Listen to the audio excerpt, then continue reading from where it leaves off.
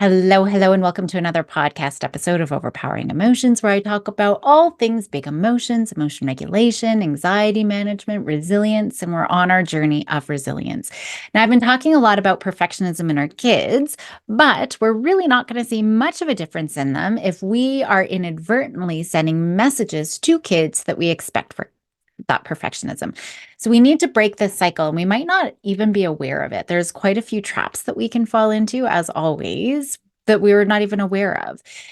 As with pretty much everything, anything that we see in parents, like anxiety, or in this case, perfectionism, that often spills over to our kids. And so we start creating a cycle of things like unrealistic expectations, a fear of failure, constant pressure. So the first trap that we need to address, of course, is managing our own perfectionism.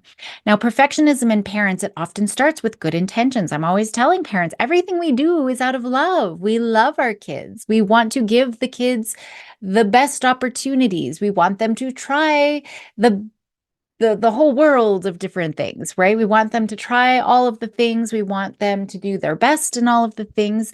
But whenever we hold ourselves to impossible standards, whether it's being a perfect parent, having a spotless home, having a child who never misbehaves, we are inadvertently modeling that perfectionism to our children. So some of the signs of our own perfectionism, it could include little things like constantly second guessing our decisions, fear of judgment, obviously, from others, especially if it comes to anything related to our kids and their social skills or their behaviors or their academics, setting overly high expectations for ourselves and then feeling guilty or ashamed, especially if you don't meet them. If you're shitting all over yourself, I should have done this, I should have done that, beating yourself up. If you're overemphasizing any success or achievements or those outcomes rather than the process and the effort putting into them, and being self-critical. I know I fall into this even still, I'm catching myself. And I think the example that I've often given is if I burn dinner, right? I'm like, I'm so stupid. I should have just been paying attention. I got distracted or I'm doing too many things. So when I make a mistake, if I'm saying something like that, I know I talked about it already, but it's those little things that are getting in the way that kids are going to think, oh, if we make a mistake, mom's going to think we're stupid. You might focus so much on how to do things. Every little detail, every little task might be perfect, and anything less is a failure. And we might not even realize it. Like, I remember once when we first had a baby, not that I was an expert in anything, but my husband would put the diaper on not the same way as me, right? And so then I'm fixing it, and it could just be like little comments that we make, and then they aren't feeling like they're doing good enough. And our kids can pick up on that too if we're picking out every spot that they don't. Right. And I'm going to talk about that. But we need to start looking at those types of things, right? Maybe and what is it that we're saying? What is it that we're modeling? Maybe we avoid trying new things if you believe you can't do them perfectly the first time, which a lot of our perfectionist kids do. You might be feeling burned out because you just have this constant sense of dissatisfaction. Maybe if you're someone, who could easily learn when you were younger, or you had very little effort to be successful, over the years, maybe you really struggle when things don't come easily on the first attempt. You might feel ashamed, you might feel embarrassed, you might walk away, right?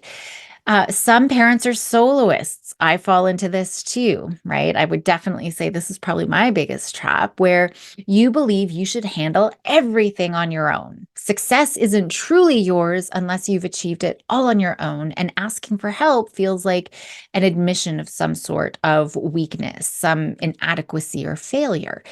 Even when support is offered, accepting that might feel like you're not meeting your own high standards, or there's some sort of weakness there. And so the result is you take on far too much, right? Often at the cost of your own well being, because you're doing it all alone. You're doing all of those things all by yourself. And it's the only way you can prove your worth, or something like that. Some are driven too by just knowing that I need to invest hours or weeks or years gathering information. In our kids, these are the kids who are organizing everything and preparing everything, but they're never actually getting started on work. And so adults will do that too, gathering information and just, collecting whatever it is, sometimes far more than is necessary just to feel confident enough to start in the first place. The pressure to have all of the answers can keep you stuck in endless sort of preparation, never feeling ready enough to actually take action. Another trap that I fall into is trying to be the superhero, right? That superhero role when you feel like you need to be successful in everything you do, in every role you play, whether you're a therapist, a parent, a teacher, a sibling, a partner, a friend, whatever. You believe you need to excel effortlessly in all of these areas. So you push yourself beyond the limits.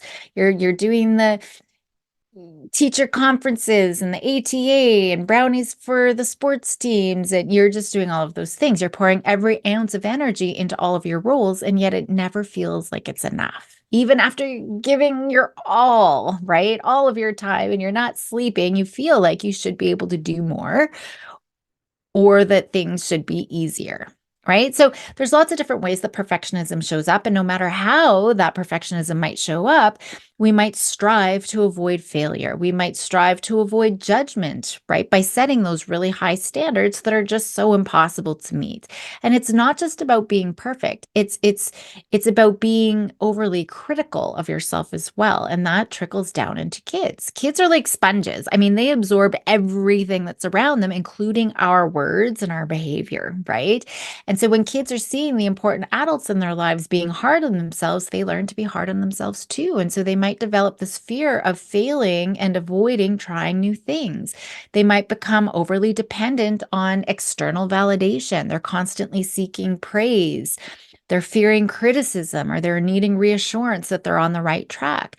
Kids might experience really heightened anxiety because they feel like they have to meet those impossible standards, even if we have unwittingly, we don't even expect them, but we're just unwittingly sending these messages. And I see this all the time where kids are coming in with perfectionism and they're saying, yeah, mom and dad have set this bar. They are expecting nothing less. And then I talk to the parents and like, what are you talking about? Like, I just am happy if they shower once a week, right?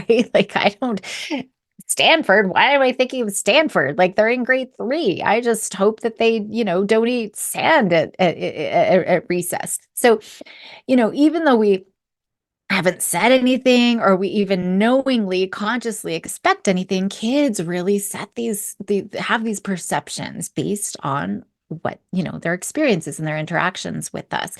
So with anything, like I say, I'm always talking about we need to model what we want to see in our kids. And I've talked about some of the modeling strategies right in the past few weeks, like talking through your problem solving, using that procedural thinking, celebrating the mistake of the day. If you haven't watched that, definitely go back and check those episodes out. You can also start adding in little pieces that's going to be helpful for you and for them, right? By being kind to yourself, some of that self-compassion. And you can show this to your kids in front of them. You're going to model that self-compassion. How mistakes are just part of being human, right? And that's how we learn. So if you slip up, instead of berating yourself, you can say, what can I learn from this? I'm going to be kind to myself. I'm going to be a kind teacher. What can I learn? We want to talk about being realistic with our expectations too, and that's going to help us and our kids. So it's okay if you don't get the laundry done, right? Or if dinner isn't gourmet or there's still dishes in the sink. At the end of the day, we got to focus on what's really important and what's the most thing. The most important thing. If you are on your deathbed, what is the most important thing? You're probably not thinking about dishes in the sink. It's family connection. What are those words that you want to say, right? You want to connect. You can talk about how maybe you had expectations for yourself, but you've come to realize that it's not doable, right? So now I'm going to shift to what's actually important for tonight, for the rest of tonight, and what's realistic. Your kids are always listening. Right. And so that's why we want to talk out loud whenever we do all of this, if they're in earshot, right? Oh man, I made that mistake. Okay, that's okay. I know how to fix it. Or shoot, I was hoping to exercise tonight and I realize that this is a bit ridiculous to exercise and do the dishes. And I was hoping to record this podcast and, right? But I'm realizing all of that is ridiculous. I only have 1 hour left. What is the most important? Okay, well, it's 8 o'clock. You know what? I'm going to read a book. And I'm going to read a book with you because I know you've been asking to read. And that's the most important thing right now. right? And then they're getting that extra ounce of love to realize that they are really important.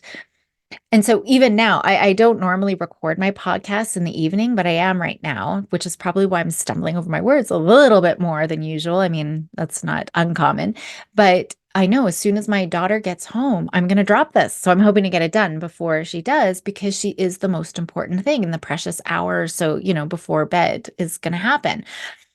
So as we do, with kids, we want to shift the focus from those outcomes to the effort that we're putting into things that I've talked about in those previous episodes. So celebrating the process and the thought that went into it. So we want to make sure we're talking about that. It's also really easy to get caught up comparing yourself to others, right? So get off of social media, be a good role model, because that is actually fueling a lot of the perfectionism that we experience, because we're always seeing these curated versions of everybody's life or everybody's business or whatever it is that's going on. So don't scroll.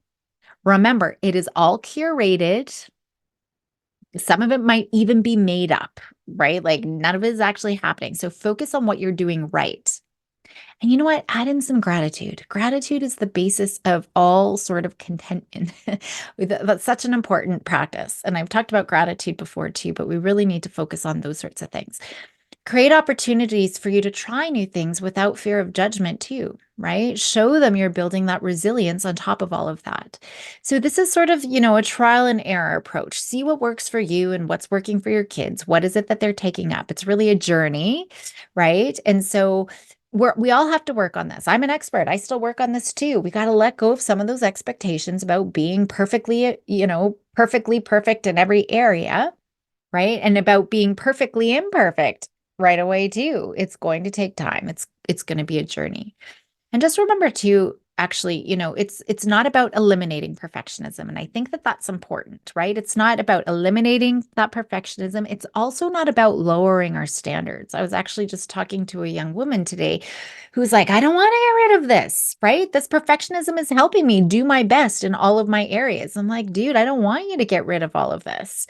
It is very important. And I don't want you to lower your standards. Striving for excellence is good. Having high standards for ourselves is a good thing, but it's about finding balance and shifting our focus to learning and growth versus berating ourselves when we don't get it perfect the first time. So this week, homework. I challenge you to catch yourself in the moment of perfectionism. Predict, when is perfectionist Pete or Paula gonna show up next, right? Saturday at 4 o'clock when I host that tea party, right? I don't know. Do people host tea parties? Maybe, right? I bet it's gonna show up when the little sandwiches aren't cut perfectly or whatever it is, right? So get on offense and make those predictions and in front of your kids, right? And so then when perfectionist Paula comes up, you could be like, aha, I knew you were going to show up.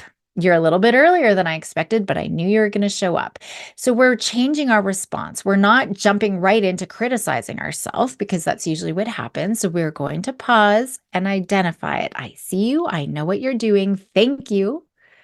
What can I learn from this right now? And then share your experience with your family and encourage them to try it as well. I will leave it there for today. I'm getting distracted by the beautiful sunset that's happening right outside my window. But that's really all I was going to say. It's about modeling and just remembering and thinking about some of those messages that we're sending. All of those little, fix this, your room isn't perfect, your homework's not perfect, right? We might not be using those words, but every little corrective feedback that we're giving all the time, it's just fueling that story. So, if you found this episode helpful, please share it with others who might be struggling with perfectionism in their homes or in their classrooms or wherever it is in their life. Don't forget to subscribe, leave a review if you haven't already, and I will see you next week. Again, remember, you don't have to be perfect to be an amazing parent or teacher or whatever your role is. Help those kiddos be bold and courageous, and I will see you next time.